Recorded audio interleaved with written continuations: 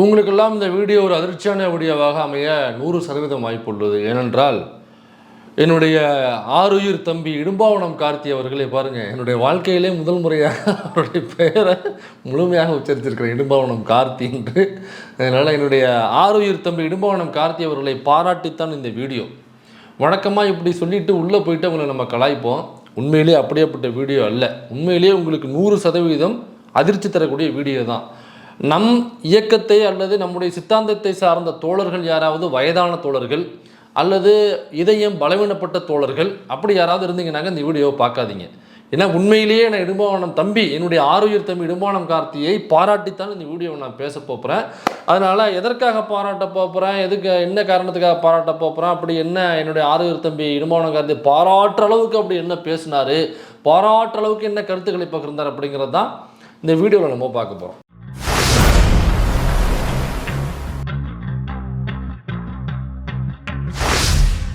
தம்பி இடும்பாவனம் கார்த்தியினுடைய ஆருயிர் தம்பி, ஐ லவ் யூடா போடா, ஐ லவ் யூடா, ஐ லைக் யூடா, ஐ லைக் யூ போடா. நீ உன்னுடைய இந்த இத்தனை வருட கால அரசியல் பயணம் இருக்குல்ல, இந்த இத்தனை வருட கால அரசியல் அனுபவம் இருக்குல்ல, இதில் எனக்கு தெரிஞ்சு இதற்கு முன்னாடியும் இப்படியாப்பட்ட ஒரு ஸ்டேட்மெண்ட்டை நீ சொன்னதில்லை. உன் வாழ்க்கையில் இதுக்கு அப்புறமும் இப்படியாப்பட்ட ஸ்டேட்மெண்ட்டை நீ சொல்ல மாட்டேங்கிறத நான் அடித்தே சொல்லுவேன், கேட்டிராகன் மாதிரி. அதனால் அது என்ன மேட்டர்னாக்கா, உண்மையிலேயே இந்த இப்போ நான் சொல்ல போகிற ஸ்டேட்மெண்ட்டை அப்படியே என்ன பண்ணுறேன்னாக்கா, தஞ்சாவூரில் உள்ள கல்வெட்டில் யாரையாவது வச்சு செதுக்கிட்டு அதுக்கு பக்கத்தில் சாட்டை திருமுறை உட்காந்து நீ பாதுகாப்பாக பார்த்துக்க சொல்லு. உண்மையிலேயே அப்படியாப்பட்ட கல்வெட்டுகளில் பொறிக்கப்பட வேண்டிய ஒரு ஸ்டேட்மெண்ட்டு தான் என்னுடைய அன்புக்குரிய என்னுடைய ஆருயிர் தம்பி இடும்பாவனம் கார்த்தி போட்ட ட்வீட்டு. இந்த ட்வீட்டு இன்றைக்கி நேற்று போடலை, அதாவது 2026 பிப்ரவரி மாதம் 11ஆம் தேதி போட்டதுங்க. கருமம் இன்றைக்கி என் கண்ணில் இன்றைக்கி தான் சிக்கினுது. இல்லை கருமம் இல்லை, நல்ல மேட்டர், இன்றைக்கி தான் என் கண்ணில் சிக்கினுச்சு. தம்பி என்ன போட்டிருக்காருன்னா, மத்தியில் கூட்டாட்சி வேண்டும் என கேட்கும் திமுக ஏன் மாநில அதிகாரத்தில் பங்கு தருவதில்லை என கேட்கிறார் தாவேகாவின் அருண்ராஜ். அருண்ராஜ்னால் நீங்கள் ஒன்றும் குழம்பிக்க வேண்டாம். இந்த ஐஆர்எஸ் ஆஃபீஸராக ஐஎஃப்எஸ் ஆஃபீஸர் ஒருத்தவங்க உட்காந்துருக்காங்களா, ஒரு தற்கொலை ஒருத்தவங்க. நேற்று கூட நம்ம புதிய தலைமுறையில் ஒரு தோழர் ஒருத்தவங்க பேட்டி எடுத்திருக்காங்க. பேட்டி எடுக்கும்பொழுது அவனுடைய போட்டையும் உருவி விட்டுருக்காங்க. ஏன்னா ஒரு கேள்விக்காக பதில் சொல்கிறாடா. எனக்குலாம் சந்தேகமாக இருக்குது, உண்மையிலே படித்து தான் பாஸ் பண்ணியிருப்பானா, எப்படி இவனுங்களாம் இவ்வளவு முட்டாளாக இருக்கானுங்க, இவ்வளவு தற்குறியாக இருக்கானுங்க, ஒரு கேள்விக்கு பதில் சொல்ல தோணல. இவன் எப்படி அவ்வளோ பெரிய ஆஃபீஸராக ஆனா, இவன் எப்படி இதெல்லாம் பாஸ் பண்ணியிருப்பான், இவனுடைய அறிவுக்கு கண்டிப்பாக எங்கள் ஊர் எலிமெண்ட்ரி ஸ்கூலே தாண்டிருக்க மாட்டான். இவன் எப்படி அவ்வளோ பெரிய ஆஃபீஸர் ஆனால் இன்னமும் எனக்கு டவுட்டாகவே இருக்குது. இவன் இந்த அண்ணாமலை, லொட்டு லொசுக்கு, மண்ணாங்கட்டி, தோளான், துருத்தியான் இவங்கெல்லாம் பார்க்கும்பொழுது, அப்புறம் நம்மளுடைய மரியாதைக்குரிய மேதக ஆளுநர் ஐயா அவர்கள் இவங்களையும் பார்க்கும்பொழுது எப்படி இது என்ன இது இவ்வளவு சுலபமாக இருக்குமா, இவங்கெல்லாம் எந்த ஸ்கூலில் படித்தாங்க, நாமெல்லாம் ஸ்கூலில் படிக்கும்போது கம்பை வச்சு வெளுவென்னு வெளுப்பாங்க. என்னெல்லாம் ஒரு 2 மார்க் குறைஞ்சி போச்சுனாக்க போதும், ஒரு கட்டுரையில் போட்டு இங்கே தமிழ் வார்த்தையெல்லாம் குனிய வச்சு அடின்னு அடித்து வெளுத்து எடுத்துருவாப்புல. இவங்கெல்லாம் எப்படி தான் பாஸ் பண்ணி தொலைச்சாங்கன்னு தெரியல, இவ்வளவு அறிவுகிட்ட ஜென்மமாக திரிகிறார்களே அப்படின்னு நம்ம கேள்வி இருக்கும். அந்த அருண்ராஜ் தான், அவர் தான். கூட்டாட்சி வேறு, கூட்டணி ஆட்சி வேறு, அது இரண்டுக்கும் வேறுபாடு தெரியாத குழம்பிக் கொள்கிறார் அப்படின்னு போட்டிருக்காங்க. உண்மைதான். அதாவது கூட்டணி ஆட்சி என்பது வேறு, கூட்டாட்சி என்பது வேறு. காங்கிரசும் பாஜகவும் கூட்டணி ஆட்சியையே ஒன்றியத்தில் அமைக்கின்றன, ஆனால் கூட்டாட்சியை நோக்கி ஒரு நாளும் சென்றதில்லை. சுருங்கக்கூறின் பாதுகாப்புத்துறை, வெளியுறவு கொள்கை, நாணயம் அச்சிடல் போன்ற முதன்மை அதிகாரங்கள் மட்டுமே ஒன்றிய அரசின் கட்டுப்பாட்டில் இருக்கும். மற்ற அதிகாரங்களை ஒன்றிய அரசோடு மாநில அரசும் பகிர்ந்து கொள்ளும் எனும் நிலையே கூட்டாட்சி. கூட்டாட்சி என்பது ஒன்றுக்கும் மேற்பட்ட கட்சிகள் ஒன்றிய அமைச்சரவையில் பங்கு கொள்வதாகும் அப்படின்னு போட்டிருக்காப்புல. அதாவது கூட்டணி ஆட்சி என்பது வேறு, கூட்டாட்சி என்பது வேறு அப்படிங்கிற தத்துவத்தை மிக அற்புதமாக ரொம்ப சுழுவாக சொல்லிட்டாப்புல. உண்மையிலேயே என் தம்பியை கட்டி பிடிச்சி முத்தம் கொடுக்கும் போல எனக்கு இருக்குது. அவ்வளவு அற்புதமான ஒரு பதிவை போட்டிருக்கான் பாருங்க. என்ன பாருங்க, நாம் தமிழர் கட்சியில் இருக்கிற பையனுக்கு இம்புட்டு அறிவா அப்படின்னு நம்ம கேட்குறது மாதிரி இருக்குது. எங்கேயோ சீமானனுக்கு தெரியாமல், கட்சிக்காரனுக்கு தெரியாமல் அண்ணாவுடைய புத்தகத்தை வாங்கி நைட்டில் நான் தூங்கினதுக்கு அப்புறம் போர்வைக்குள்ளே வச்சு படிச்சிருக்கான். அதை மட்டும் தெரியுது. தம்பி இதில் ஒன்றே ஒன்று மட்டும் நீ சேர்க்கணும்டா, கீழே ஒரு ஐஃபோன் போட்டு பேரறிஞர் அண்ணான்னு சேர்க்கணும், அவ்வளோதான். ஏன்னா இந்த ஸ்டேட்மெண்ட்டை சொன்னது பேரறிஞர் அண்ணா அவர்கள். நீ சொல்லலாம், இல்லை இது ஆழ்ந்த சிந்தனையில் இருக்கும் பொழுது என்னுடைய மூளையில் உதித்தது அப்படின்னு நீ சொல்லலாம். ஒருவேளை அப்படி நீ எதையும் படிக்காமல், அண்ணாவை படிக்காமல், கலைஞரை படிக்காமல், உனக்கு சுயமாகவே இந்த சிந்தனை அண்ணே இது எனக்கே சிந்தனைனே அப்படின்னு சொன்னாக்கா உண்மையில நான் அதுக்கும் பாராட்டுறேன். அந்த கிரெடிட்டை கொடுத்து தொலைவும் போ. வாழ்ந்து தொலைடா, அதான்டா நம்ம ஊருக்கார பையன் தான்டா அதாக இருந்தாலும். என்னக்கா இப்போ எங்கள் ஊர்லேருந்து வர்றாங்க பார்த்தீங்களா, அந்த டெல்டா மாவட்டம் பக்கத்துலேருந்து, அவங்களுக்கு பூரா ஏதோ ஒரு மூலையில் இந்த திராவிட கருத்து ஒளிஞ்சே கிடக்கும். அவன் என்னதான் இல்லைன்னு சட்டையை அவுத்து போட்டு நின்னாலும் எங்கிட்ட ஒரு மூலையிலேருந்து அது திடீர்னு எட்டி பார்க்கும். அதான்டா இதான் ஊர் பாசங்கிறது. எங்கிட்ட ஒரு மேடையில் ஒரு மூலையில் அண்ணாவை பற்றி யாரோ பேசுனது, கலைஞரை பற்றி பேசுனது, சுயாட்சி குறித்து பேசுனது, எங்கிட்ட ஒரு மூலையில் சில கட்சிகள் மேடை, கம்யூனிஸ்ட் கட்சி மேடையோ அவங்க குறித்து பேசும், இந்த நல்ல கருத்துக்கள்லாம் அங்கங்கே மூலையில் கிடக்கும்ல. அதில் ஏதோ ஒரு திராவிட கருத்து எட்டி பார்த்துருக்கு தம்பிக்கு, உண்மையிலேயே பாராட்டுறா, கட்டி பிடிச்ச 1000 முத்தங்கள் உனக்கு. இந்த மாதிரி கருத்தை பதிவுன்னு, அதாவது கூட்டணி ஆட்சி என்பது வேறு, கூட்டாட்சி என்பது வேறு. ரொம்ப சுழுவாக 2 பேரில் முடிச்சிட்டான் என் தம்பி. இவன் என்ன பண்ணுறது, இதில் கட்டி பிடிச்சி இடுப்பில் நம்ம உடைக்கணும் போல இருக்கு எனக்கு. அவனை அவ்வளவு ஐ லவ் யூடா, அவ்வளவு லைக் பண்ணுறவனே நான். என்ன கருத்து, என்ன ஸ்டேட்மெண்ட் இல்லை தம்பி. என்னென்னா, அதாவது பார்க்கறது தான் ஒரு மாதிரி இருப்பான் சரிங்களா, ஆனால் உண்மையிலே அவன் அப்படி கிடையாது. உண்மையிலேயே அந்த கட்சியில் நல்லா எழுதக்கூடிய ஒரு நபர்னாக்கா அது இடும்பாவனம் கார்த்தி தான். நல்லா பேசக்கூடிய நபர் இடும்பாவனம் கார்த்தி தான். நீங்கள் ஆரம்ப காலகட்டங்கள் எடுத்து பாருங்கள், சாட்டை துறைமுருகனுக்கு பேசவே தெரியாது. சாட்டை துறைமுருகனை விட இடும்பாவனம் கார்த்தி தான் முதல்ல மேடைகள் ஏறி பேசுனது. எல்லா ஊர்கள்லையும் இடும்பாவனம் கார்த்தி தான் விரும்பி கூப்பிடுவாங்க. எல்லா ஊர்கள்லையுமே சரி இடும்பாவனம் கார்த்தி தான் போய் பேசுவாப்புல. ரொம்ப எழுச்சி மிகு உரையாக பேசக்கூடிய நபர், பாடி லாங்குவேஜ் நல்லாயிருக்கும், பாயிண்ட்டாக பேசுவாப்புல. அதை தாண்டி லிமிட்டை தாண்டி போக மாட்டாப்புல. ஓரிரு இடங்களில் வேணால் லிமிட்டை தாண்டி பேசியிருக்கலாம் வார்த்தைகளில். மற்றபடி குறை சொல்லும் அளவுக்கு அவருடைய பேச்சு ரொம்ப கேட்க தகாத அளவில் இருக்குது அப்படிங்கிற இடத்துல பேசியிருக்க மாட்டாலும், ஒரு சில இடங்களில் வேணால் பேசியிருக்கலாம் ரொம்ப சின்ன வயசில். அதுக்கப்புறம் தன்னை திருத்தி கொண்டு அப்படியேப்பட்ட இடத்துல நகர்ந்துட்டாப்புல. ரொம்ப கருத்தாக பேசக்கூடிய ஒரு பையன் தான் தம்பி இடும்பாவனம் கார்த்தி அவர்கள். அந்த கருத்துலேருந்து தான் அந்த கருத்தையும் பதிவு பண்ணியிருக்காப்புல. உண்மையிலே தம்பியை கட்டி பிடிச்சி ஆற தழுவி ஒரு 60 முத்தங்களாவது கொடுக்கணும்னு தோணுது எனக்கு. ஏன்னா கூட்டணி ஆட்சி அப்படிங்கிறது என்னென்னா, பல கட்சிகள் ஒன்று சேர்ந்து ஒரு எலெக்ஷன் அட்டன் பண்ணி அதில் ஒரு கட்சி ஜெயிக்க வைக்கிறது, அது கூட்டணி ஆட்சி அப்படிங்கிறது. கூட்டாட்சி அப்படிங்கிறது வேறு. கூட்டாட்சினாக்கா அதுதான் திமுகவினுடைய தத்துவமே. அதான் மாநிலத்தில் சுயாட்சி, மத்தியில் கூட்டாட்சி. இது பேரறிஞர் அண்ணாவினுடைய உயில். சொல்லப்போனால் அண்ணாவினுடைய உயில். நேற்று முதலமைச்சர் ஸ்டாலின் அவர்கள் நேற்று சட்டமன்றத்தில் இதை பேசியிருக்கார். இதே மேட்டர், சுயாட்சி மேட்டர், மாநில சுயாட்சி, மத்தியில் கூட்டாட்சி அப்படிங்கிறது நேற்று பேசியிருக்காரு. அந்த மத்தியில் கூட்டாட்சி அப்படிங்கிறதுல நடைமுறைப்படுத்தப்படாமல் இருக்கு. இதில் கான்ஸ்டியூஷனே திருத்தணுங்கிறார். அரசியலமைப்பு சட்டம் இத்தனை நாள் வரை இத்தனை முறை திருத்தப்பட்டிருக்கிறது. அதே போன்று அனைத்து மாநிலங்களும் இப்போ அதுக்கு தயாராக இருக்கிறது. அந்த தயாராக இருக்கிற மாநிலங்கள், நான் எல்லா மாநிலங்களுக்கும் இந்த ஸ்டேட்மெண்ட்டை அனுப்பிச்சிட்டேன். நான் அனுப்பிச்சதுக்கு அப்புறம் அவங்க பார்த்துட்டு ரிப்ளை பண்ணதுக்கு அப்புறம் எல்லாரையும் ஒருங்கிணைத்து இந்த சட்ட திருத்தத்தை நாம் கொண்டு வர வேண்டும் என்று சொல்கிறார். அதாவது கூட்டாட்சி தத்துவத்திற்கான அரசியல் சட்டத்தை திருத்த வேண்டும் என்று சொல்கிறார். இப்போ மாநிலங்களவையில், அதாவது ஒன்றியத்தினுடைய கவர்மெண்ட்டில் அங்கே என்னவாக வச்சுருக்காங்கனாக்கா, எந்த உரிமையுமே மாநிலங்களுக்கு கிடையாது. நம்ம வரி கட்டுறோம், ஜிஎஸ்டிங்கிற பேரில் வரி கட்டுறோம், திரும்ப வாங்குறதுக்குள்ளே போதும் ஆகிடுது, கொடுக்கவும் மாட்டேங்கிறாங்க, கொடுத்து தொலைவும் மாட்டேங்கிறாங்க. நீ என்இபியை ஏற்றுக்கிட்டாக்கா நான் உனக்கு தர வேண்டிய காசை நொட்டுறேன். ஏன்டா உங்கள் அப்பா வீட்டு காசு அது, இல்லை உங்கள் அப்பா வீட்டு காசான்னு கேட்குறேன். எங்கள் வீட்டு காசுரா, நாங்கள் எங்கள் முதல்வர் எங்களுக்கு கொடுத்த காசு, அல்லது நாங்கள் தமிழ்நாட்டில் இருக்கோம், நாங்கள் இங்கே உழைக்கிறோம், நாங்கள் உழைச்சி நாங்கள் வரியை கட்டுறோம், இந்த ஜிஎஸ்டிங்கிற பேரில் நேரடியாக நீ எடுத்துக்கிட்டு திரும்ப தருவோன்னு சொல்கிற. இது என்னடா நியாயம்? அது எடுத்துக்கிட்டு திரும்ப தருவோம்னாக்கா எதுக்கு எடுத்துக்கிறத வாங்கிக்கிட்டு நாங்கள் திரும்ப தருவோம்னாக்கா அதை எடுக்காமலே தர வேண்டியதானே அதை. அப்போ எடுத்துக்கிட்டு டிமாண்ட் வச்சு அதை ஒத்துக்கிட்டால் தான் தருவோன்னு மிரட்டுகிற, கட்ட பஞ்சாயத்து வேலை செய்கிற சவுக்கு சங்கர் அது. சவுக்கு சங்கர் இப்படி தான் ஒரு ஹாஸ்பிட்டலுக்கு ஃபோனை போட்டு, நீங்கள் எனக்கு இவ்வளோ பணம் போட்டு விடுங்க, அப்படி இல்லைனாக்கா நான் உங்களுடைய மருத்துவமனை குறித்து தவறான வீடியோக்களை போடுவோன்னு பகிர போய் அவர் இப்போ ஆள் எங்கே இருக்கா அப்படின்னே தெரில. அந்த மருத்துவமனை சார்ந்தவர் போய் கேஸ் கொடுத்தாப்புலையா, புகார் கொடுத்தாரா, அதன் அடிப்படையில் காவல்துறை நடவடிக்கை எடுத்துக்க என்னென்ன தெரியல, சேனலை முடிட்டு ஓடியா போயிட்டான். அப்போ எவ்வளோ பெரிய புகார். இதே மாதிரி தான் இன்னைக்கு ஒன்றிய அரசு இந்த கட்ட பஞ்சாயத்து வேலையை அவங்க செய்கிறாங்க. காசை பூரா பிடிங்கி வச்சுட்டு என்இபியை ஏற்றுக்கிட்டாங்க நான் உனக்கு காசு தருவேன்னு சொல்கிறாங்க. காசு வாங்க முடியல. இன்றைக்கி கல்வி உரிமையை பாருங்கள், நீட்டுங்கிறத கொண்டு வர்றாங்களே, நீட்டுங்கிறத கொண்டு வரதுக்கு உனக்கு என்ன தகுதி இருக்குது, உனக்கு எப்படி இதை கொண்டு வர முடியும், உனக்கு என்ன உரிமை இருக்குது? இந்த மாநிலத்துக்கான கல்வி என்பது இந்த மக்களுக்கு எந்த கல்வியை கொடுக்கணும், இந்த மாணவர்களுக்கு இந்த இளைஞர்களுக்கு எந்த கல்வியை கொடுக்கணும், எப்படி கொடுக்கணுங்கிறத அந்த மாநிலங்கள் தான் டிசைட் பண்ணணும். இது அந்த மாநிலத்தினுடைய உரிமை. ஒவ்வொரு மாநிலத்தில் உள்ள மாணவர்களும் ஒவ்வொரு ஸ்டேஜில் இருப்பாங்க அவங்களுடைய கல்வித்திறனில். நீங்கள் இதை அப்படியே கொண்டு போய் தமிழ்நாட்டில் இன்றைக்கி மாணவர்களுடைய கல்வித்திறன்கிறது வேறு லெவலில் கொண்டு வந்தாச்சு. இப்போ இதே மாதிரி நீங்கள் உத்தரப்பிரதேசத்துலேயோ அல்லது குஜராத்லேயோ அல்லது இன்னமும் பின்தங்கிய மாநிலங்கள் இருக்கு இல்லைங்களா, அஸ்ஸாம் போன்ற மாநிலங்களோ அல்லது அதற்கும் பின்தங்கிய மாநிலங்கள் இருக்கும் பார்த்தீங்களா, அங்கே போயிட்டு தமிழ்நாட்டில் உள்ளது போன்று நம்ம அங்கே டீல் பண்ண முடியாது. அப்போ அங்கே என்ன கல்விக் கொள்கையை நடைமுறைப்படுத்தணும், அங்கே மாணவர்களுக்கு ஊட்டச்சத்து எப்படியாக போய் சேர்ந்துருக்கு, இன்னைக்கு தமிழ்நாட்டில் காலை சுற்றுண்டி போடுறாங்க, மதிய உணவு போடுறாங்க, சத்துணவாக மாற்றிருக்காங்க, ஏகப்பட்ட வேலைகள் பண்ணியிருக்காங்க, லேப்டாப்பு சைக்கிள் இப்படி எல்லாமே மாணவர்களுக்கு கொடுக்கப்பட்டிருக்கு. ஆனால் அங்கே உள்ள மாணவர்களுக்கு என்ன தேவைங்கிறது அங்கே உள்ள ஸ்டேட்டில் உள்ள அந்த அரசாங்கத்துக்கு தான் தெரியும்.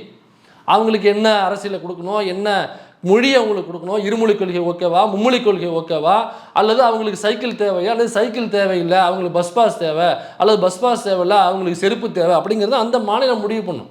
கல்வி சார்ந்த அல்லது மருத்துவம் சார்ந்த அல்லது இந்த மாதிரி வரிகள் சம்பந்தப்பட்ட மற்ற எல்லா விஷயங்களுமே ஒவ்வொரு மாநிலமும் தனக்கான முடிவை தானே முடிவு செய்து கொள்ள வேண்டும்.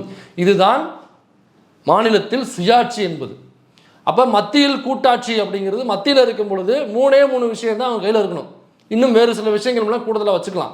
குறிப்பாக இராணுவம், வெளியுறவுத்துறை சம்பந்தப்பட்ட விஷயங்களாக இருக்கட்டும், மற்றும் பணம் அச்சிடுதல், அப்புறம் வேறு சிலதாக இருக்கலாம். அந்த தபால் இந்த மாதிரி சில யூனியன் கவர்மெண்ட் சம்மந்தப்பட்ட ஒரு சில டிபார்ட்மெண்ட்டுகள் வேணால் அவங்க கூட இருக்கலாம்.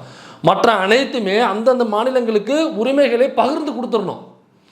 இப்போ பகிர்ந்து கொடுக்கறதுனா, இப்போ பிஜேபியுடன் கூட்டணியில் இருக்கிற மாநிலங்கள் இருக்குல்ல, இப்போ பீகார் கூட்டணியில் இருக்குது, ஒரு சில மாநிலங்கள் தான் கூட்டணியில் இருக்குது, பெரும்பாலும் கிடையாது, பெரும்பாலும் தனித்து தான் அந்த மாநிலங்களில் இருக்காங்க. இப்போ இந்த கடைசியாக மோடி ஜெயிக்கும் பொழுது அப்போ தமிழ்நாட்டில் உள்ள டிஎம்கே கவர்மெண்ட்டு யூனியன் கவர்மெண்ட்டாக இருக்கக்கூடிய பிஜேபி அரசாங்கத்திற்கு அந்த பிஜேபிங்கிற கட்சிக்கு கூட்டணி இல்லை. இப்போ அதே போன்று பார்த்தீங்கன்னாக்கா பீகார் கூட்டணியில் இருக்குது, உத்தரப்பிரதேசம் பிஜேபி தான் ஆளுது, கர்நாடகா பார்த்தீங்கன்னாக்கா இப்போ பாஜக ஒரு கூட்டணியில் இல்லை. இப்போ அதே மாதிரி பல மாநிலங்கள் கூட்டணியில் இல்லாமல் இருக்குது. அப்போ கூட்டணியில் இருக்கிற மாநிலங்களுக்கு மட்டும் இவங்க பிரித்து கொடுத்துறது, அதாவது இந்த பிரித்து கொடுக்குறதுனாக்க அதிகாரங்களை பிரித்து கொடுக்குறது. நான் சொல்கிறது ஜிஎஸ்டி வரி அவங்களுக்கு வாரி வழங்கிடுறது, நமக்கு வரி கொடுக்கறதே இல்லை. அப்போ இது வரி பகிர்வில் அவங்க கூட்டணியில் இருக்கிறதுனால அவங்களுக்கு கொடுத்துறது, கூட்டணியில் இல்லைனாக்கா அவங்க கொடுக்காம வச்சுக்கிறது. அப்போ ஏன்னாக்கா கொடுக்கக்கூடிய அதிகாரம் வாங்கிட்டு இருக்கிறதுனால தானே இப்போ இவ்வளோ ஒரு மாநிலத்துக்கு உனக்கு சப்போர்ட் பண்ணாத மாநிலத்தை பழி வாங்குற, சப்போர்ட் பண்ணுற மாநிலங்களுக்கு வாரி வழங்குற. அப்போ இந்த அதிகாரம் வாங்கிட்டு இருக்கக்கூடாது. உங்ககிட்ட அதிகாரம் என்ன இருக்கணும்னாக்கா மிலிட்ரி, வெளியுறவுத்துறை, பணம் அச்சிடுதல், அது மட்டும்தான் அவங்ககிட்ட இருக்கணும். அதுலேயும் ஏதாவது மாடிஃபை பண்ணணும் அல்லது டிசிஷன் எடுக்கணும் அப்படின்னாக்கா நீ எல்லா மாநிலங்களையும் கூப்பிட்டு முடிவு பண்ணணும். இப்போ பிஜேபி ஆட்சி புரியுதுனாக்கா அதை கூட கூட்டணி இருக்கிற கட்சிகள் மட்டும்தான் கூப்பிட்டு நீங்கள் கன்சல்ட் பண்ணணுங்கிறது கிடையாது. அப்படி பண்ணக்கூடாது. நீ இந்த ஒட்டுமொத்த இந்தியாவில் உள்ள அனைத்து மாநிலங்களுடைய பிரதிநிதியாகத்தான் பிரைம் மினிஸ்டர் இருப்பார். அப்போ பிரைம் மினிஸ்டர் என்பவர் பிஜேபிங்கிறது தனி கட்சி, அவர் பிரைம் மினிஸ்டர். இந்த நாட்டு மக்கள் உங்களை உட்கார வச்சுருக்காங்க, அனைத்து மாநிலங்களில் உள்ள மக்களும் உங்களை உட்கார வச்சுருக்காங்கனாக்கா அனைத்து மாநிலங்களையும் கூப்பிட்டு நீங்கள் கேட்கணும். மிலிட்டரியில் இப்படி நம்ம ஒரு முடிவு எடுக்கலாமா, பணம் அச்சிடுதலில் இப்படி ஒரு மாற்றம் கொண்டு வரலாமா, இந்த 2ஆம் நாட்டை கொண்டு வரலாமா, நீங்கள் கேட்கணும் எல்லா மாநிலத்திலையும் கூப்பிட்டு.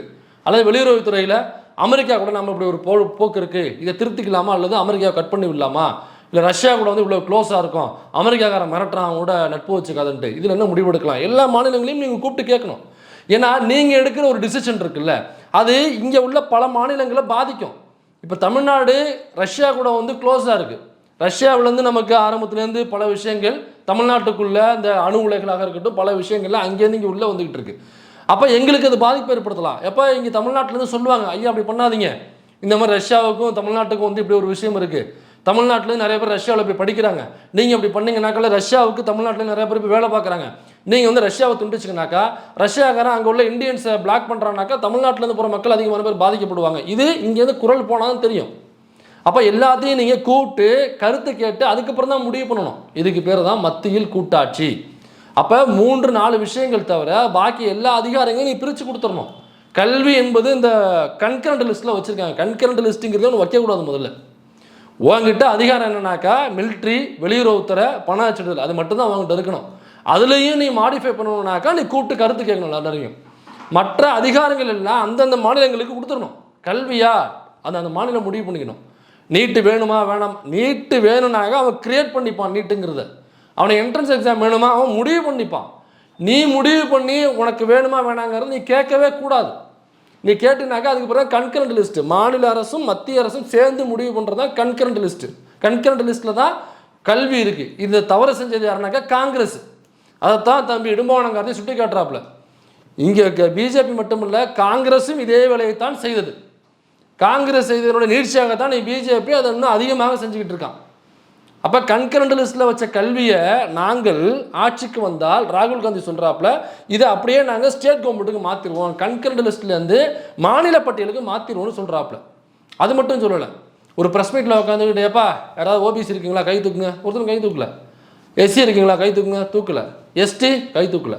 பாருங்கள், இதுதான் இந்த இந்தியாவுடைய நிலைமை. ஒரு ப்ரெஸ் மீட்டில், ஒரு கான்ஃபரன்ஸ் காலில், இங்கே கேள்வி கேட்கக்கூடிய இடத்துல பத்திரிகையாளர்கள் சார்பாக வந்த இவ்வளவு நூற்றுக்கணக்கான பேர் இருக்கீங்க. இந்த பொறுப்பில் ஒரு ஓபிசியும் இல்லை, எஸ்சியும் இல்லை, எஸ்டியும் இல்லைனாக்கா யார் தான் இந்த வேலைவாய்ப்பை ஆக்கிரமித்து வச்சிருக்கிறது? இதை நாங்கள் வந்தால் மாற்றுவோம்னு சொல்கிறாரு.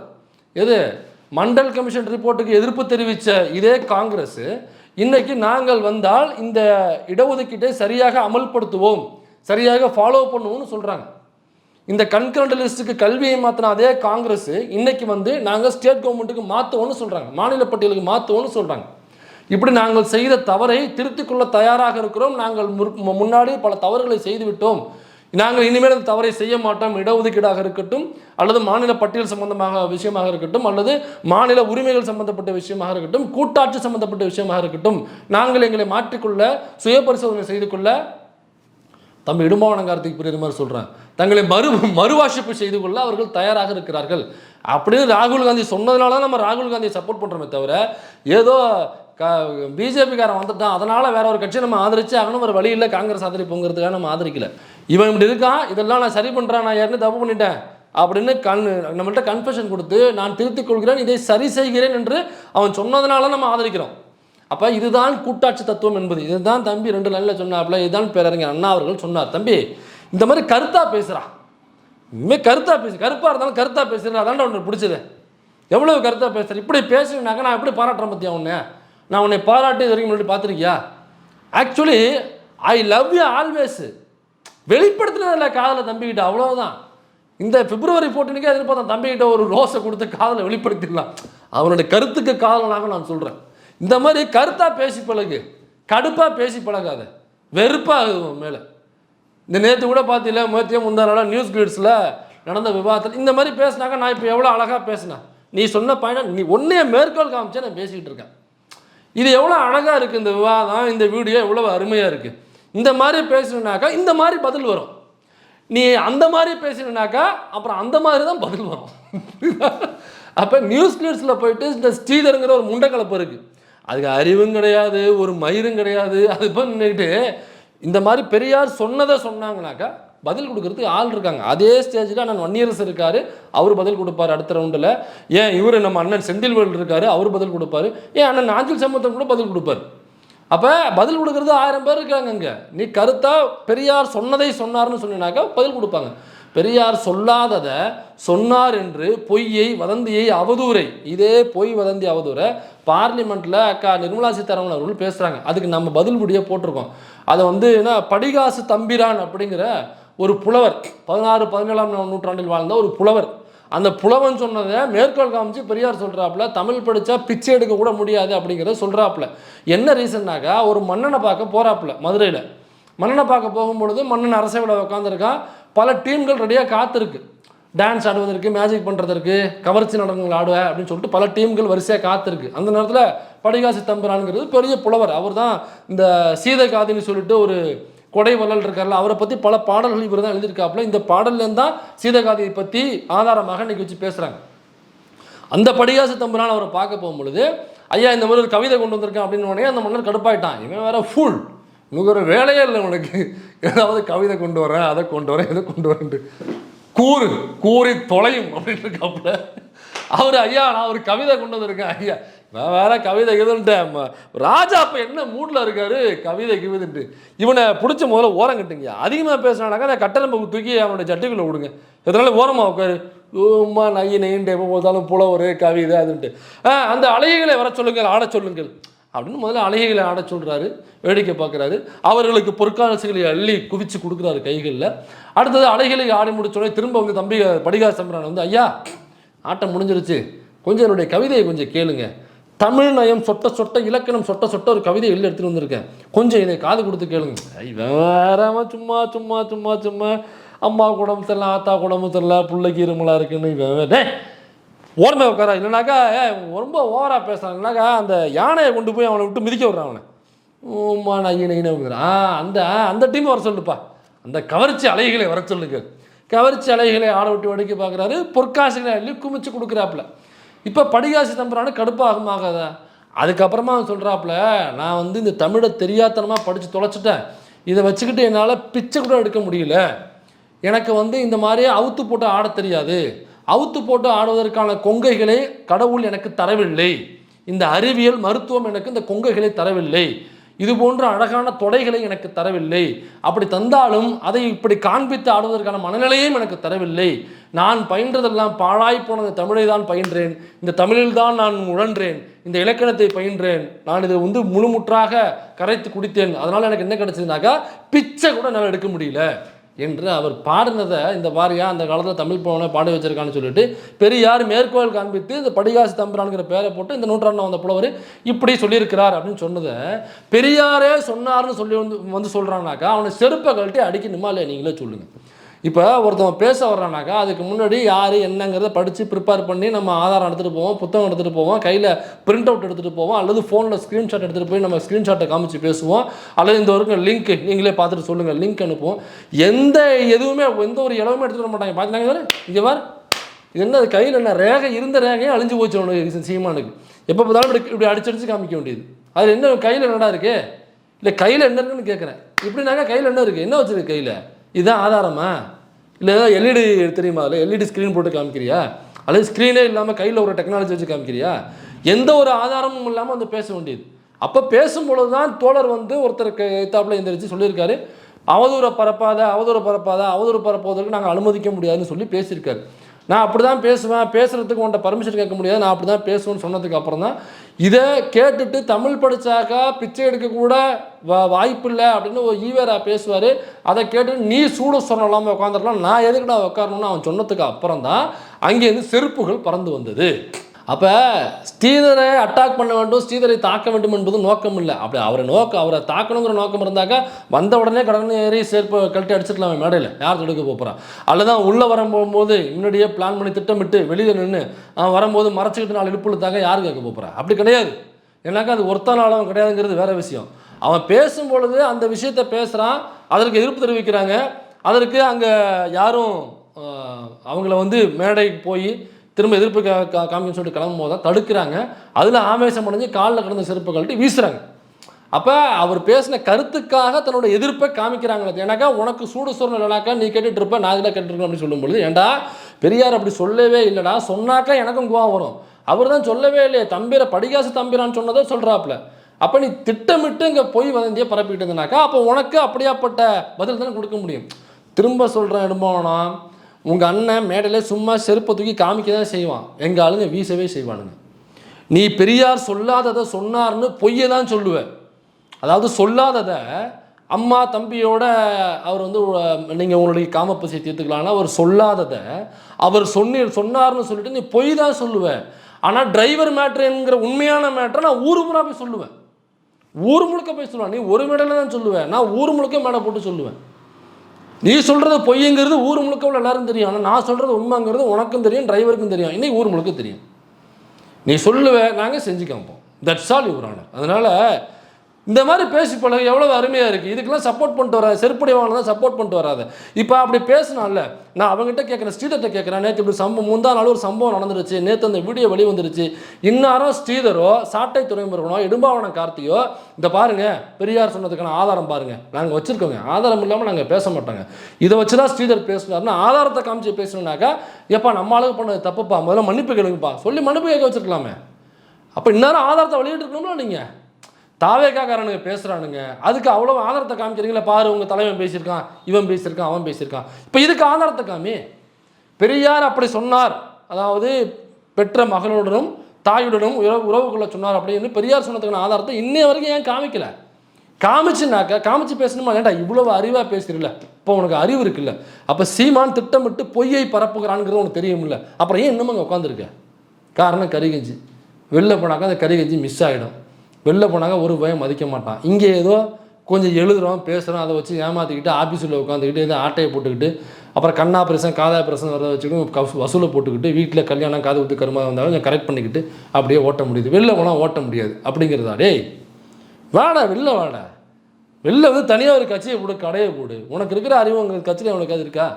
உனக்கு இருக்கிறது சீமானுக்கே கிடையாது. அதனால் ஆனால் இந்த கூட்டாட்சி தத்துவம்லாம் பேசின பாரு, எனக்கு என்ன இதில் வருத்தம்னாக்கா, இது நீ யாருக்கிட்ட பேசுகிற படுறான்? தாவேக்காரன்ட்ட போய் பேசிகிட்டு இருக்கேன். இதெல்லாம் தெரியுமா அவனுக்கு? இதெல்லாம் புரியுமா? முதல்ல கூட்டணினா என்ன, கூட்டாட்சினா என்ன, ஏதாவது தெரியுமா அவனுக்கு? அவங்ககிட்ட போய் நீ இதை மல்லு கட்டி நீ பேசிக்கிட்டு இருக்க. இல்லை அவனுக்கு என்ன தெரியும்னு நினச்சின்னு இதெல்லாம் பேசிக்கிட்டு இருக்க. இதாண்டா காலத்தின் கொடுமைங்கிறது. பாரு எப்படி இருந்த சண்டை இப்படி இப்போ எங்கே போய் நிற்கிது பாரு. நீ பேசுகிற எதுவுமே அவனுக்கு புரியாது. இது 2 பேரில் தான் எழுதியிருக்க. கூட்டாட்சினா என்ன, கூட்டணி ஆட்சினா என்ன. இது அருண்ராஜுக்கும் புரியாது, சில்பாகுமாருக்கு புரியாது, அவன் விஜய்க்கு புரியாது, அந்த கட்சியில் உள்ள எந்த தர்க்கருக்குமே புரியாது. நீ அவங்ககிட்ட போய் மல்லிகிட்டு உட்காந்துருக்கு. காலம் என்பது ஒரு சக்கரம் மாதிரி இல்லையா? சக்கரமாக வட்டமாடாது, அது என்ன கருமாந்திரமா பாரு எங்கே வந்து நிற்கிது பாரு. யார்கிட்ட போய் மல்லு கட்டிட்டு கிடக்கிறது பாரு. எவ்வளோ பெரிய கட்சி கூட மோதின நீயே இன்னைக்கு பாரு ஒரு தற்கொலை கூட்டத்தை உட்காந்து வாதம் பண்ணிக்கிட்டு சேர்றாயிடும் போகணும். ஓகே தம்பிங்கிற உரிமையில் வாடா போலான்ட்டேன். இனிமேல் இந்த மாதிரி கருத்தாக மட்டும்தான் பேசணும், கருத்தாக மட்டும்தான் பதிவு பண்ணணும். அப்புறம் அந்த வதந்தி பரப்புறவன், பொய் பரப்புறவன், இந்த ஸ்ரீதர் மாதிரி, இந்த சீமான் பொறுக்கி மாதிரி அவங்க சப்போர்ட் பண்ணி தயவு செஞ்சு வராது. அப்புறம் வந்தினாக்கா என்னோடய பேர் இந்த மாதிரி இருக்காது, அங்கே நான் உக்கரமாக இருப்பேன்.